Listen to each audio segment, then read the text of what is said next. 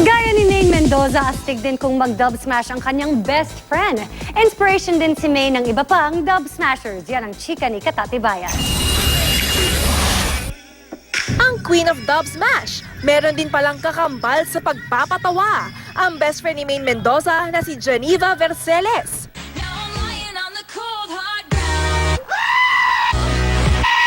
Pero naalala ko kasi before ko ma-meet din si Maine, talagang mahilig na din talaga akong gano'n-gano'n. So nung na-meet ko si Maine, mahilig din siyang magpawaki-waki. So parang okay, meant to be. Kwento ni Geneva, nasa kolehiyo pa sila ni Maine nang mahiligan nilang mag-lip-sync sabay gawa ng funny facial expressions. Ever since kasi talagang ano pa lang kami, yung college years pa lang po namin. Talagang mahilig na po talaga kami magpapangit talaga ng mukha, ganyan.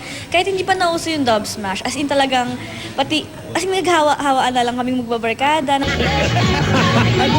Hanggang ngayon, wala pa raw nagbago kay Maine kahit super sikat na siya. Wish ni Geneva na makasama uli sa pagda-dub smash ang kanyang BFF. Dumarami naman ang gustong sumunod sa yapak ni Maine Mendoza, gaya ni Jamie Maligaya na gustong makilala bilang si Queen Baliw. You think I'm cute? Dahil sa kapapanood ng videos ni Maine, gumawa na rin siya ng sariling videos. Kaya lang po, kasi po pag nagda-dub smash po ako, mag-isa lang naman po ako nun, wala naman pong nanonood. Tapos pag pinost na lang po, yun po, marami pong nakakanood. Maganda po yung pinakita ko ganun.